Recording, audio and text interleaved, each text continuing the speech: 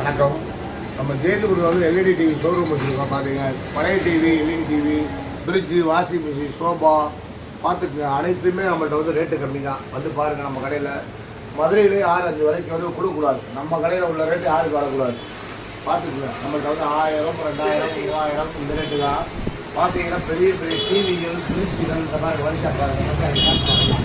போர்டில் பாருங்கள். போர்டில் டிவி, ஃப்ரிட்ஜு, வாஷிங்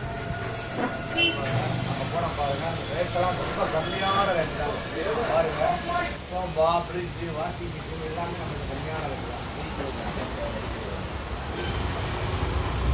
பாருங்கள், வாஷிங் மிஷின், ஃப்ரிட்ஜு அனைத்து பொருளுமே ரேட்டு கம்மி தான். வாங்க.